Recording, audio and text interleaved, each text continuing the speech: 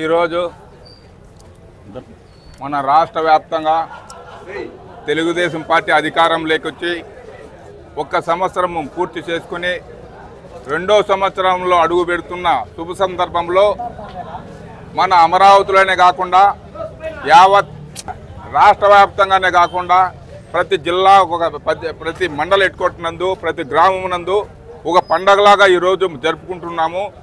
ఎంతో కష్టపడి గత సంవత్సరం ముందు మనం వైఎస్ఆర్ పార్టీ అధికారంలో ఉన్నప్పుడు మన తెలుగుదేశం పార్టీ కార్యకర్తలు ఎన్నో త్యాగాలు చేసి ఎన్నో ధర్నాలు అవన్నీ చేసినప్పుడు కేసులు కందాలు పెట్టించుకున్నప్పుడు ధైర్యంగా నిలబడి పార్టీని అధికారంలో తెచ్చినారు. ఇప్పుడు 2వ సంవత్సరం అడుగు పెడుతుండగా మనకు సూపర్ 6 పథకాల్లో 4 పథకాలు ఇప్పుడు అమల్లోకి వచ్చినాయి. 5వ పథకం కూడా ఆగస్టు 15, 16 తేదీల్లో ఉచిత సర్వే బస్సు అనే కార్యక్రమం స్త్రీలకు పెడుతున్నారు. ఈరోజు దాదాపు అన్నదాత సుఖీబాబు ఈ మంత్ 25 తారీఖులో అది కూడా ఇస్తారు. మన దాదాపు తల్లిక వందనం కార్యక్రమంలో దాదాపు 67 లక్షల మంది విద్యార్థులకు ఈరోజు ప్రతి ఒక్కరికి మన కుటుంబంలో ఎంతమంది ఉంటే అంత 1వ తరగతి నుండి ఇంటర్మీడియట్ వరకు 15,000 చొప్పున ఈరోజు ప్రారంభిస్తున్నారు మన ముఖ్యమంత్రి గారు అమరావతిలో. అందువల్ల ఈ కార్యక్రమాన్ని అందరూ దిగ్విజయం చేసినారు.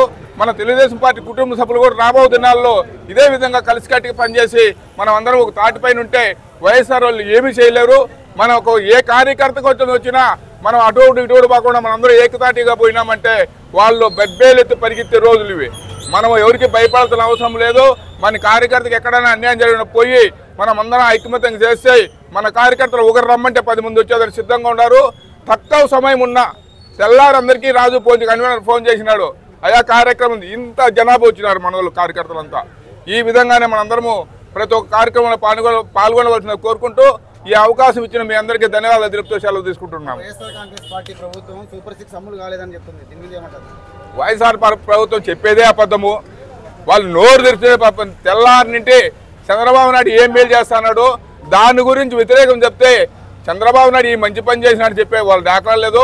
రమ్మని వాళ్ళకి ఛాలెంజ్ వైఎస్ఆర్ పార్టీ కార్యకర్తలు ఎవరన్నారు వాళ్ళు ఛాలెంజ్ చేస్తాం. మేము రాంటి ప్రజల్లోకి పల్లెల్లోకి వాళ్ళ ముందర నిలబడదాం. అమ్మా మీకు పథకం వచ్చిందా లేదా అని వాళ్ళు కానీ లేకపోతే వాళ్ళు ఏం చేస్తారు ఈ వైఎస్ఆర్ పార్టీ కాంగ్రెస్ నాయకులు అందరూ కూడా మీకు తెలియజేస్తున్నాను. తల్లికి చెల్లికి న్యాయం చేయలేదు ఈ నాయకుడు. ఇంకా ప్రజలకు ఏం న్యాయం చేస్తారు? ఆ వైఎస్ఆర్ పార్టీ నాయకులు ఎవరో చెప్పరమ్మనో ప్రజావేదిక నిలబెట్టమనో బస్టాండ్లో రమ్మని ఛాలెంజ్ చేసి చెప్తున్నాం. వాళ్ళు నిలబడమండి, ప్రెస్ మీరు రండి, ఛాలెంజ్ చేద్దాం. ఎవరు ఏం చేసినది తెలిపోతుంది. ఈ అబద్ధాలు చెప్పి పొద్దున్నే పథకం గడుపుకునేది కాదు, ప్రజలకు తెలియజేయాలి అని తెలియజేస్తున్నాం.